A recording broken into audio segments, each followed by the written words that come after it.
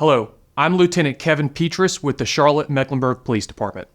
CMPD is publicly releasing a collection of video footage related to a barricaded subject and an officer-involved shooting that took place on March 11th, 2023 at a residence in the 3800 block of Greers Fork Drive. The purpose of this video is to provide details, analysis, and a timeline of the incidents so that the viewers may have a better understanding of the entire event. You will hear from Sergeant Michael King throughout this video. Sergeant King is a 25-year veteran of CMPD and the current operations supervisor for the CMPD SWAT team. Please understand that this video contains situations and language that could be disturbing to some viewers. On Saturday, March 11th, 2023, at 6:46 a.m., a resident in the Greers Fork Drive area called 911 and stated that his neighbor was threatening to kill him and police officers. Here is a portion of that 911 call. Charlotte 911, do you need police, fire, or medic? I need police. And what's going on that you'll need the police? Well, my neighbor is threatening me, threatening to kill me, threatening to kill police. I have it on video. We were scared. Okay, and when you say he's threatening you, is he doing it in person, on the phone? What yes, is he? On the phone with a megaphone. He's out in front of his yard. At approximately 7 o'clock a.m., another resident in the area called 911. This caller also stated that the subject was threatening neighbors and noted prior police involvement with the subject. Here's a portion of that call. Charlotte 911, do you need police, fire, or medic? I need police. I need to file a communicating threats report. I'm working with CMPD crisis response team, and our neighbor is threatening us currently, and the officer with crisis response told us to call 911 to file a police report. Between September 2017 and this date, police had responded to this residence 46 times. The CMPD Community Policing Crisis Response Team has been involved with this subject, or in matters pertaining to him, 13 times. Steel Creek Division officers responded to the call for service. The responding officers were familiar with the subject, identified as Ann Ty, from previous encounters. They also knew that he had an outstanding order for his arrest related to a previous communicating threats incident. Upon arrival of officers, the subject used a megaphone from inside of the residence and refused to come outside. You are not police. I am the president of the USA. You're talking about John Trump. The subject's mother exited the residence and told officers that the male had a firearm. This was the beginning of a nearly 30-hour armed standoff between the male and police. Have sit pill. He has pills? Sit the gun, have the sick. Revolver. Yeah. Officers backed away from the residence and began to call the subject out of the residence with a loudspeaker. Mr. Ty, it's the Charlotte-Mecklenburg Police Department. We're outside. We're not going anywhere. We need you to step outside with your hands up. Nothing in your hands. Through communication with the subject's family, officers were able to determine that the male subject was the only person inside the house. They continued to call out on a loudspeaker, asking him to come outside, and attempting to make contact with him on the phone. Okay, đưa lại điện thoại cho cảnh sát. Hai bạn con nói đi mà cầm. Do you hear me, officer? Yes. So she says that he does have a revolver in his room somewhere. Again, this was a subject that had a valid order for his arrest, armed with at least one gun, who was threatening to kill neighbors and police officers, and was refusing to comply with law enforcement officers. The CMPD SWAT team operations supervisor, Sergeant Michael King, was notified of the incident. He and a small number of on-duty SWAT officers responded to the scene. 2 additional warrants for arrest were obtained against the subject for communicating threats. Because the subject was deemed to be a danger to himself and others, an involuntary commitment order was also issued. Officers on the scene were repeatedly attempting to make contact with the subject to negotiate his surrender, but he refused to engage in conversation. They began to use a loudspeaker device called an LRAD.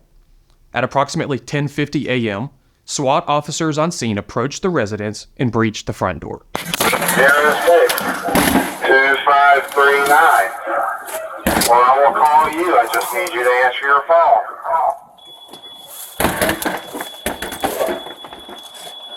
This is very important. Nobody is here to hurt you. We are only here to help.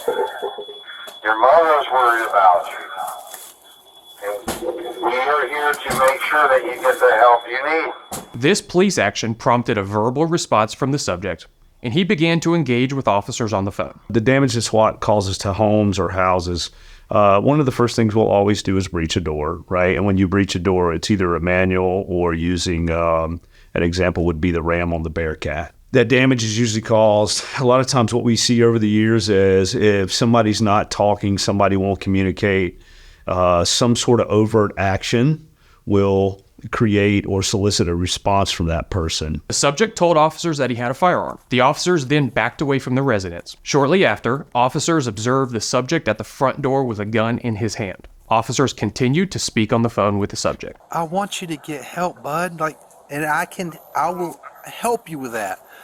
But you've got to help me too, and I need you to come out. I need you to put the gun down, all right? I'm not coming out, man. The full CMPD SWAT team was then activated.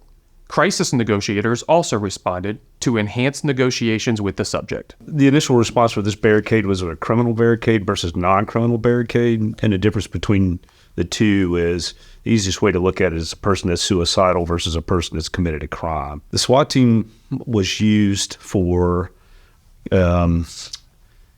barricades when there's a person that presents a threat to others, either usually with some sort of weapon. And in this case, the subject here had a handgun that was initially reported by the mother. At that point, based off all the circumstances and everything that had already occurred, we looked at that as that's probably a response that SWAT needs to come out, or a situation that SWAT needs to come out and take care of. The resources that SWAT have, things that patrol doesn't have, is we have the access to armored vehicles, we have shields, we have LRAD, we have a crisis negotiator team that is paired with us that has the ability and training to communicate and talk and de-escalate situations through verbal communication with folks. We train monthly. We train for warrant services, barricades, different high-risk situations where patrol doesn't get that training. The SWAT team doesn't always just run in. It's not how we do things. Our response is always to try and de-escalate. We would prefer the person to come out to us than us to go into their domain. By 1:30 in the afternoon, the SWAT team was fully assembled. Negotiation attempts had been ongoing for the duration of the incident through loudspeakers and the telephone. Do not leave that house with a gun in your hand. Do not. Listen, I can't be more clear than that right now, okay? Do not walk out of that house with a weapon in your hands. Okay? Don't do that. I can't be any more clear right now. Do not do that. Oh. Hey, King. Can I call you King? King, my name's Matthew, and I'm with the police department, and I'm out here right outside your house. King, I've been listening to everything, and I've heard everything you've said, and I'm really worried about you. Because the subject had closed the front door, a SWAT vehicle was used to push the door open again. This allowed officers to be able to physically see inside of the house and send a drone into the house. The first drone was sent in and then removed when the subject got agitated. A short time later, at approximately 1:52 in the afternoon, a SWAT vehicle was used to push down the front door. This was due to the fact that the subject had continued to close the door after it being pushed open. At approximately 3 o'clock in the afternoon, a search warrant was issued for the residence. Communication with the subject was ongoing with both a loudspeaker and telephone. From this point on, in order to gain both a tactical advantage and communication advantage, and to encourage continued communication by the subject, a SWAT vehicle was utilized to breach or remove several windows and doors from the residence. At 3:45 p.m., an upstairs window was breached. Another tactic used by police during this incident was shutting off the power to the residence. This was done at approximately 3:50 p.m. Shortly after 4 o'clock in the afternoon, another drone was sent into the residence. The subject damaged the drone, rendering it disabled. At 4:18 p.m., a first-floor window was removed. At approximately 4:20 p.m., another drone was sent into the residence and was disabled. The use of drones and robots for SWAT, it is safer to use technology. Currently, SWAT has 4 drones and the bomb. We have 4 drones and 1 mini robot, and the bomb squad here has 2 larger robots. Part of our course of action will always, if possible, to put a piece of technology in a house before I'll put a human life. By 5 o'clock p.m., negotiations had been on and off. This was around 9 hours into the incident. The subject then appeared in the front doorway with a firearm in his hand. A SWAT officer perceived a lethal threat and fired one shot. The subject then retreated into the residence. He's trying to put the door back up, it looks like. Gun in his left hand. Shot out. We want to make sure you're okay. We need you to come down to the front door with nothing in your hand.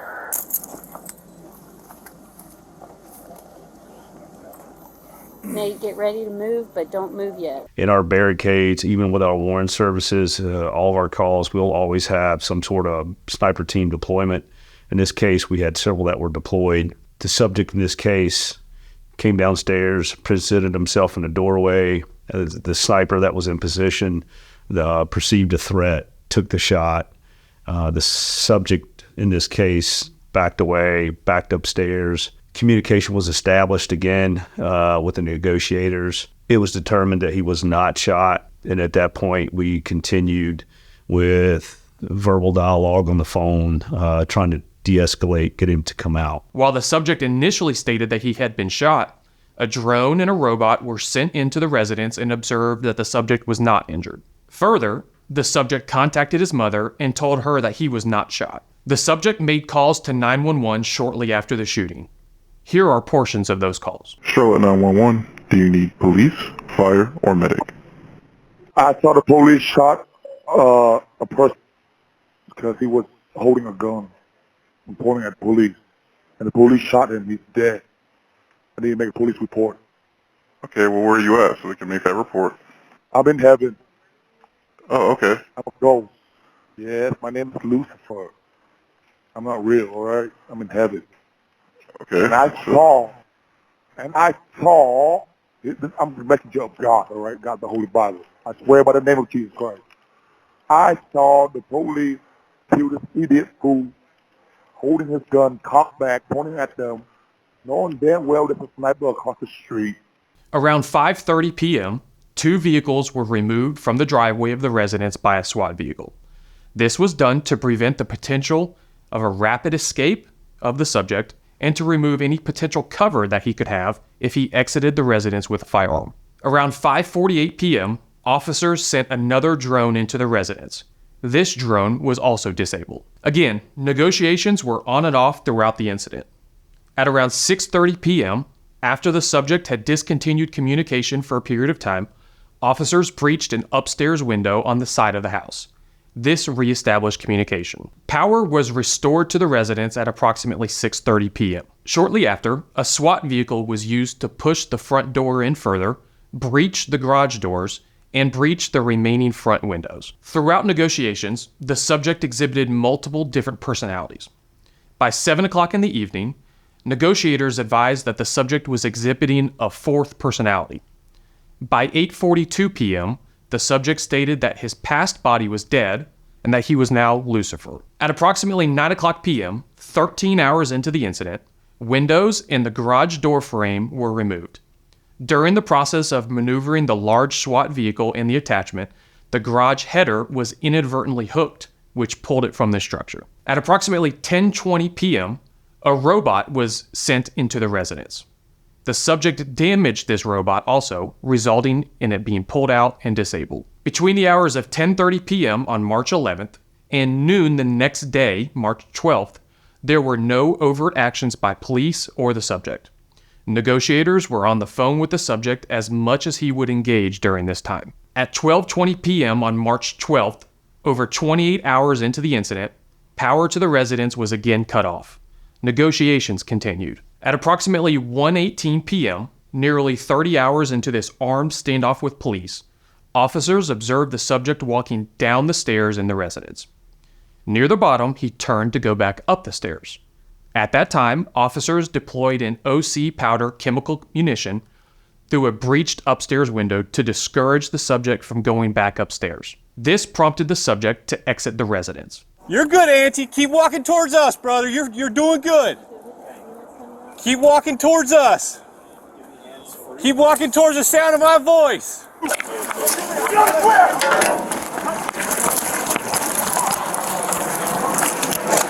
got cuffs. That's why I didn't get my back. That's why I did my back. That's shooting. That's why I did my back. That's shooting. He was taken into custody by SWAT officers in the front driveway. A firearm fell from his shirt pocket during the arrest. Over the course of this standoff, the residence that the subject was occupying sustained serious damage. So as the day goes on, time goes on, communication is lost. A lot of times we will either breach a window, breach another door. That overt action is to either reestablish communication. If the person has a tactical advantage, the ability to move throughout the home, a lot of times if you take windows and things like that out, it gives you the advantage to have line of sight, to be able to see inside, and it restricts their movement a little bit more. Or even if they are moving, it gives you the ability to see inside. And we also look at the priorities of life. The NTOA established the priorities of life. And the first one's always going to be a hostage. The second one will be innocent civilians. The third one is law enforcement, medical personnel. Fourth is a suspect or subject. And when I say subject, I refer to that as a suicidal person. And then the last is property evidence. Even though that person falls, if it's a criminal barricade, the person inside may fall just under law enforcement in that fourth on the priorities of life. It's still a human life. We still have to place value on that, and we have to still give them the opportunity to come out through de-escalation means, whether, again, that's verbal or other ways. The CMPD Homicide Unit led the investigation of the officer-involved shooting. No charges will be filed against the officer who fired his weapon. CMPD Internal Affairs conducted a separate investigation to determine if the shooting was within CMPD policy. It was ruled that the shooting was justified. The use of deadly force for a law enforcement officer in North Carolina is governed by North Carolina General Statute 15A-401D2, which states, "A law enforcement officer is justified in using deadly physical force upon another person when it is or appears to be reasonably necessary to defend himself or a third person from what he reasonably believes to be the use or imminent use of deadly physical force." The full collection of videos can be found at our website, www.cmpd.org, and on the CMPD YouTube channel. Thank you for watching.